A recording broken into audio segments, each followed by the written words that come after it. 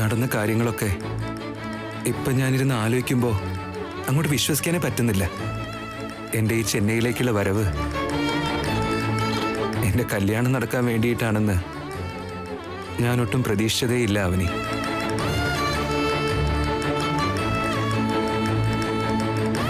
എന്നുവെച്ചാ നിങ്ങൾ എന്നെ എന്താ താൻ ചോദിക്കാൻ വന്നെന്ന് വെച്ചാ അത് ചോദിക്കേ. തനിക്ക് എന്തും ചോദിച്ചൂടെ? നിങ്ങൾക്ക് എന്നോടുള്ള ഇഷ്ടം കൊണ്ട് ഇഷ്ടത്തോടെ തന്നെയല്ലേ നിങ്ങൾ എന്നെ കല്യാണം കഴിച്ചത്? സഹാനുഭൂതിയോ സിമ്പതിയോ ഒന്നും കണ്ടല്ലോ അല്ലേ? എനിക്ക് ഏറ്റവും ഇഷ്ടമുള്ള എൻ്റെ ജീവനായ എൻ്റെ അമ്മയെ തൊട്ട് ഞാൻ സത്യം ചെയ്യുക. ഞാൻ തന്നെ ഒരുപാട് സ്നേഹിക്കുന്നുണ്ട്. അതുകൊണ്ട് മാത്രമാ വിവാഹം ചെയ്തത്. എൻ്റെ മീറ്റിംഗ്സ് ഒക്കെ ഇന്ന് കഴിഞ്ഞല്ലോ. സോ നമുക്ക് നാട്ടിലേക്ക് പോവാം. ആദ്യം എൻ്റെ വീട്ടിലേക്ക് പോവാം, എന്നിട്ട് തൻ്റെ വീട്ടിലേക്ക് പോയാൽ പോരെ? ഓക്കെ അല്ലേ? ലഗേജ് എടുത്തിട്ട് വരാം.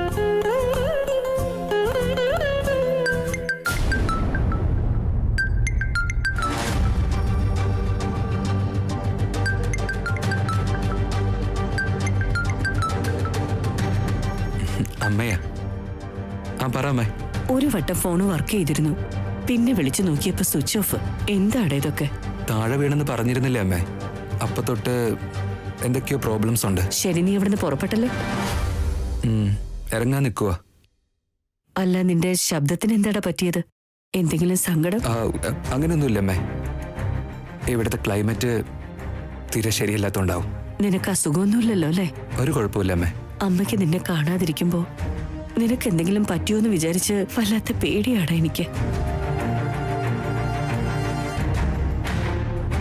താൻ ലഗേജ് എടുത്തോളൂ, ഞാൻ അങ്ങോട്ടേക്ക് വരാം.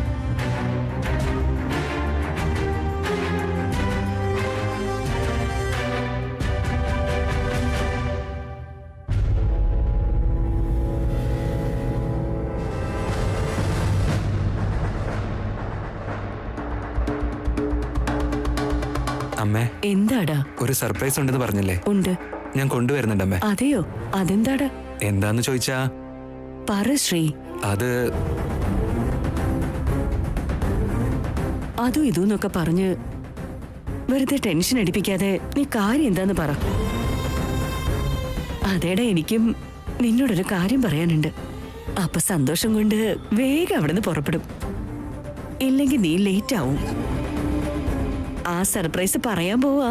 തലകറങ്ങി വീഴാതിരിക്കാൻ എവിടെയും പിടിച്ചു നിന്നു. ഇന്ന് നിന്റെ നിശ്ചിതാർത്ഥം.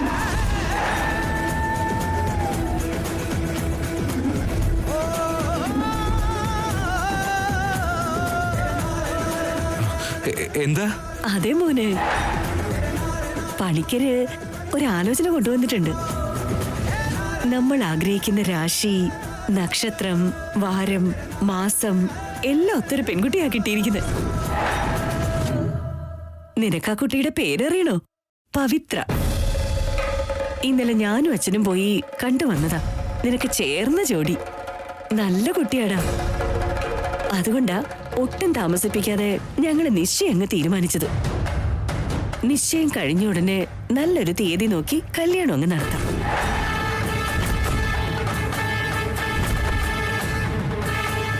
ഈ ശുഭവാർത്ത നീ വന്നിട്ട് നിന്നോട് പറയാന്നാ ഞാൻ വിചാരിച്ചത്.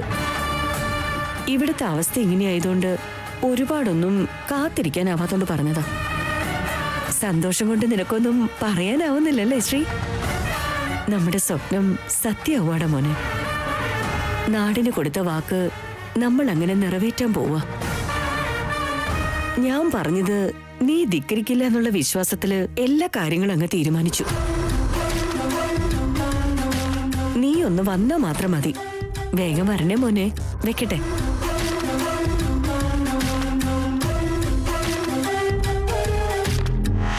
ശ്രീ, എന്താടാ? ഒന്നുമില്ല. ശരി അമ്മേ.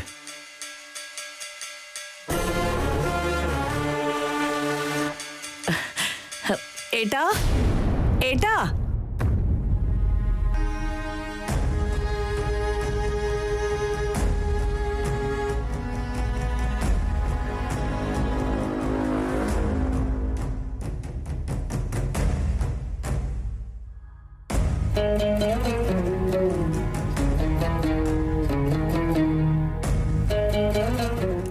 കാണിച്ച് അമ്മയെ സർപ്രൈസ് ചെയ്യാന്ന് വിചാരിച്ചപ്പോ ഞാൻ അതിലും വലിയ പ്രശ്നത്തിലാണല്ലോ പെട്ടിരിക്കുന്നത്. ദൈവമേ, എന്തൊരു പരീക്ഷണോ ഇത്.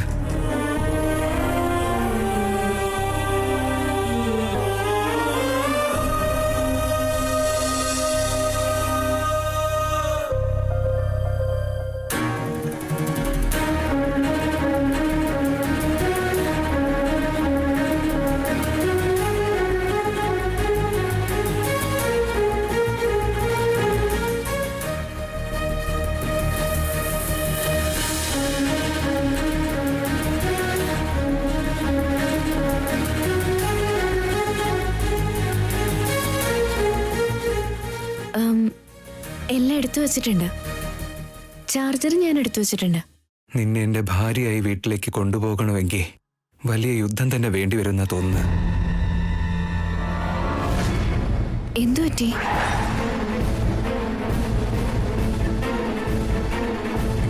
ഒന്നുമില്ല, നമുക്ക് ഇറങ്ങിയാലോ?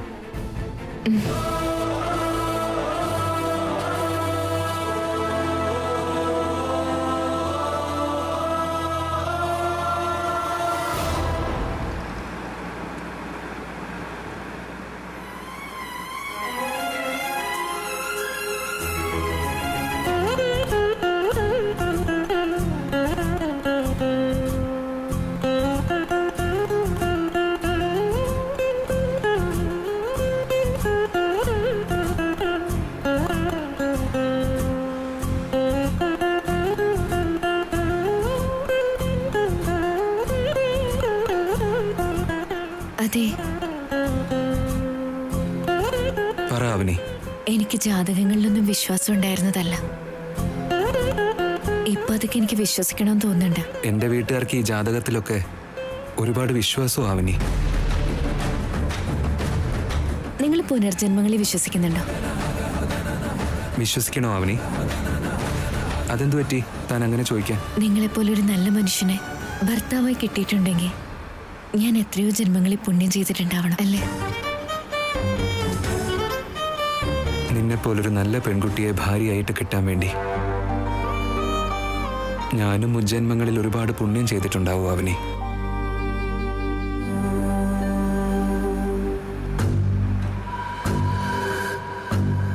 പുറമെ നന്നായി ചിരിക്കുന്നുണ്ട്, പക്ഷെ ഉള്ളിൽ നല്ല ടെൻഷൻ ഉണ്ടല്ലോ. വലിയ കുടുംബം, നിങ്ങളുടെ കല്യാണം ആഘോഷമാക്കുന്നത് അച്ഛനും അമ്മയും സ്വപ്നം കണ്ടിട്ടുണ്ടാവും. എന്നെ ഈ അവസ്ഥയിലാണ് നിങ്ങൾ അങ്ങോട്ട് കൊണ്ടുപോകുന്നത്. ആർക്കായാലും പേടിയുണ്ടാവും എന്ന് ഉറപ്പാ. നിങ്ങളുടെ അച്ഛനും അമ്മയും ചേച്ചിയും ചേട്ടനും എന്നെ കണ്ടിട്ട് ഇഷ്ടപ്പെട്ടില്ല എന്ന് പറഞ്ഞാലും അർഹതയില്ലെന്ന് പറഞ്ഞ് അവരെന്നെ കൈവച്ചാലും ഞാൻ സഹിച്ചോളാം ചേട്ടാ. കല്യാണം കഴിഞ്ഞു എന്ന് അറിഞ്ഞ ഉടനെ അവർക്ക് ദേഷ്യം വരുന്നതൊക്കെ സ്വാഭാവികം. വഴക്ക് പറഞ്ഞാലും അതവരുടെ അവകാശമാണ്. തല താഴ്ത്തുന്നതാ നമ്മുടെ ധർമ്മം. അവിടെ എന്ത് സംഭവിച്ചാലും ഞാനൊരക്ഷരം മിണ്ടില്ല. നിങ്ങൾ ആ കാര്യത്തെക്കുറിച്ച് വെറുതെ ആലോചിക്കണ്ട.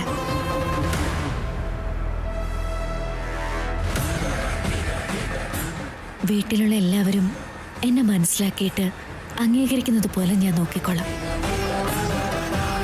നിങ്ങളുടെ അച്ഛനെയും അമ്മേനെയും ഞാൻ ദൈവതുല്യരായി കണ്ട് പരിപാലിച്ചോളാം. നിന്റെ ഈ ആഗ്രഹത്തിനും എന്റെ വീട്ടിലെ അവസ്ഥയ്ക്കും തമ്മിൽ ഒരുപാട് ദൂരം ഉണ്ടാവിനി. ഒരു ഭാഗത്ത് നിന്റെ ജാതകം ചേരാത്ത പേടി, മറുഭാഗത്താണെങ്കിൽ അമ്മ തീരുമാനിച്ച നിശ്ചയം നടത്തുന്നതിനുള്ള ആശങ്ക. സത്യം നിന്നോട് തുറന്നു പറയാന്ന് വെച്ചാ അതൊരിക്കലും നിനക്ക് സഹിക്കാൻ പറ്റില്ല അവനി, സഹിക്കാൻ പറ്റില്ല.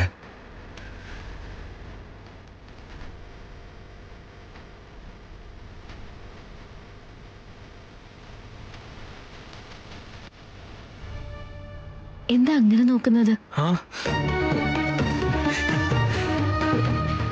ഒന്നുമില്ല. എന്തവസ്ഥ വന്നാലും നമുക്ക് നേരിടാം.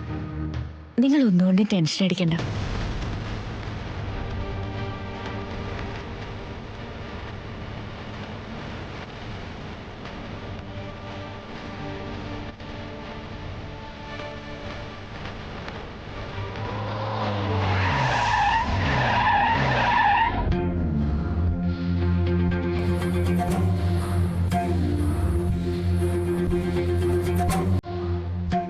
R you okay?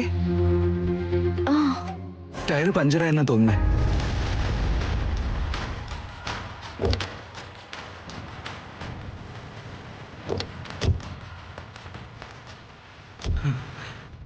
പഞ്ചറായി Avani.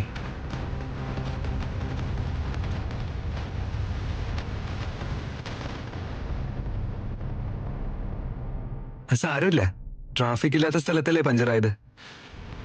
V are very lucky.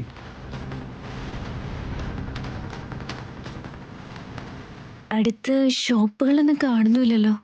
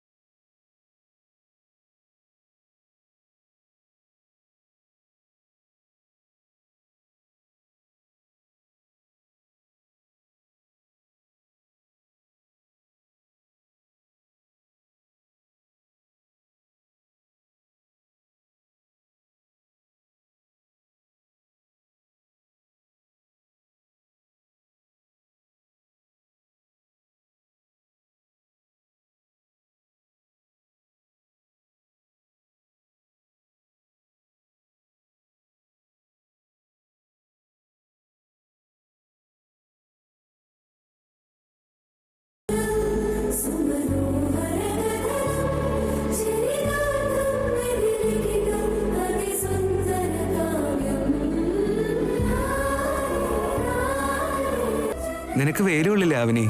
ജീവിതകാലം മുഴുവൻ ഞാൻ നിങ്ങളുടെ നിഴലായിരിക്കും. നിങ്ങൾക്ക് വേണ്ടി വെയിൽ കൊള്ളുന്നതിൽ എനിക്ക് സന്തോഷം. ഭർത്താവിന് വേണ്ടി ഭാര്യ ഇങ്ങനെയൊക്കെ ചെയ്യുന്ന കേട്ടിട്ടുണ്ട്. പക്ഷെ ആ കാര്യം എൻ്റെ ജീവിതത്തിൽ സത്യമായിരിക്കുക. എൻ്റെ മരണം വരെ ഓർക്കാൻ ഇതെനിക്ക് ധാരാളം. I am so lucky Avani.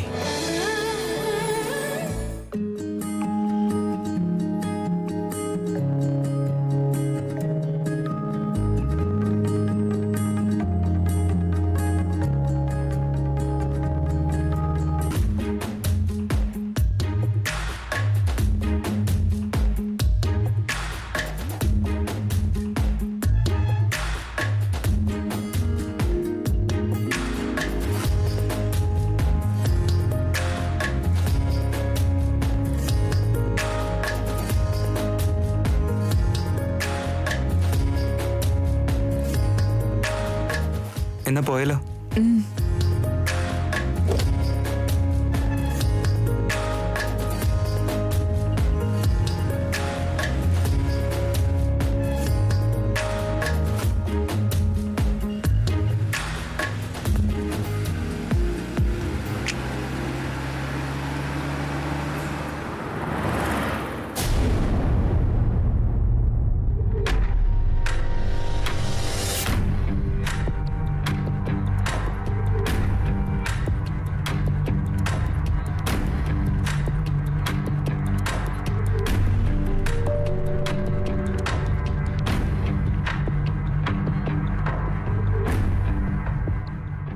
അമ്മമ്മേ, എന്താ മോളെ? എന്നെ നിങ്ങൾക്കാർക്കും ഇഷ്ടമല്ല അല്ലേ? നീ എന്താ ഇങ്ങനെയൊക്കെ പറയുന്നത്? ഇഷ്ടമുണ്ടായിരുന്നെങ്കിൽ എന്റെ ശ്രീകരേട്ടന്റെ കല്യാണം നിങ്ങൾ നടത്തി തരുമായിരുന്നില്ലേ? എന്നെ ഇഷ്ടമല്ലാത്തത് കൊണ്ട് എന്നെ അകറ്റി നിർത്തുമല്ലേ? ഇതിനെ കുറിച്ച് അറിയാവുന്ന നിന്റെ അമ്മയ്ക്കും എന്നെ ഒരിക്കലും മനസ്സിലായിട്ടില്ല മോളെ. നിന്റെ ഈ പ്രായത്തിൽ ഞാൻ അനുഭവിക്കുന്ന ഈ വേദന മനസ്സിലാക്കാൻ നിനക്കും ആവില്ല. നിങ്ങളെല്ലാം എൻ്റെ പ്രാണനാണ് മോളെ. മറ്റെന്ത് കാര്യത്തിലും നീ പറയുന്നതാണ് എൻ്റെ ഇഷ്ടം. ശ്രീകറിന്റെ കല്യാണക്കാര്യത്തിൽ മാത്രം എന്റെ വാക്ക് കൽപ്പനയാണ്. അവന്റെ കല്യാണത്തെക്കുറിച്ച് ഞാൻ പറഞ്ഞ കാര്യങ്ങൾ എന്റെ അഹങ്കാരമായ കണ്ടേ. പക്ഷെ എനിക്കത് ഞാൻ എന്റെ നാടിനു വേണ്ടി കൊടുത്ത വാക്ക് സത്യമാക്കാന്. ശ്രീകറുമായിട്ടുള്ള കല്യാണമല്ലാതെ നിനക്ക് എന്തും ചോദിക്കാം, ഞാൻ അക്ഷണം നടത്തി തരും. ശ്രീകരേട്ടനല്ലാതെ എനിക്ക് വേറെ ഒന്നും ആവശ്യമില്ല. അതുമാത്രം നീ എത്ര തവണ ചോദിച്ചാലും നടക്കില്ല മോളെ.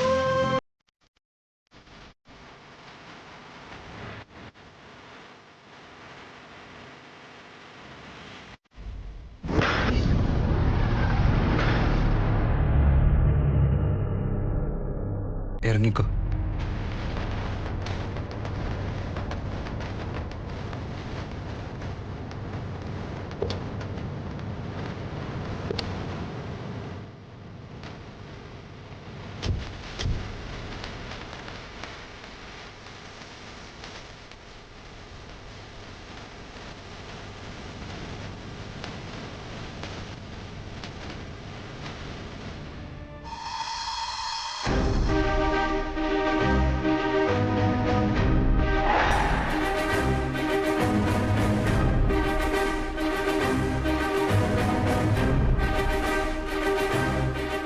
ഇതാണോ നിങ്ങളുടെ വീട്? സോറി, നമ്മുടെ വീട്. ഉം.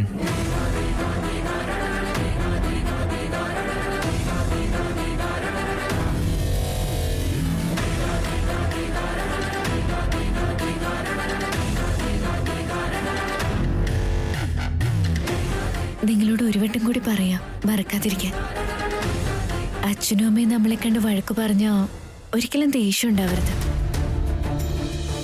എന്താണെന്ന് വെച്ചാ, ജീവിതകാലം ത്യാഗം ചെയ്ത അച്ഛനോടും നമുക്ക് വേണ്ടി ജീവിതം തന്നെ ത്യാഗം ചെയ്ത അമ്മയോടും പറയാതെ മകനൊരു കല്യാണം കഴിച്ച ഏതച്ഛനമ്മമാരായാലും ആ വിഷമത്തിൽ നല്ല നാല് ചീത്ത പറയും. അവര് കൂടെ ഇല്ലാത്ത ഞങ്ങളെപ്പോലുള്ളവർക്കാ അച്ഛന്റെ അമ്മയുടെയൊക്കെ വില നന്നായിട്ട് മനസ്സിലാവും. അതുകൊണ്ട് എപ്പോഴും സൂക്ഷിച്ച് സംസാരിക്കണം. ഇന്നിന് ദേഷ്യം കൊണ്ട് നമ്മുടെ മുഖത്തടിച്ചാലും അവരുടെ കൈകൊണ്ട് തന്നെ ആശീർവാദം വാങ്ങിയെടുക്കണം നമ്മള്. മനസ്സിലായോ? നിന്റെ മനസ്സ് എത്രയോ നല്ലതാ അവനി. അതുകൊണ്ടാ നീ ഇങ്ങനെയൊക്കെ പറയുന്നത്. സത്യം ഞാൻ തുറന്നു പറഞ്ഞ നിന്റെ മനസ്സാകെ വിഷമിക്കും. ഇപ്പോ ഞാൻ എന്തായാലും ഒന്നും പറയില്ല.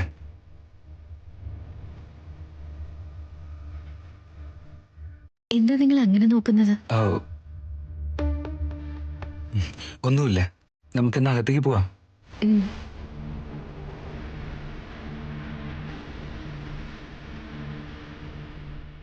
ഇങ്ങ് തരൂ.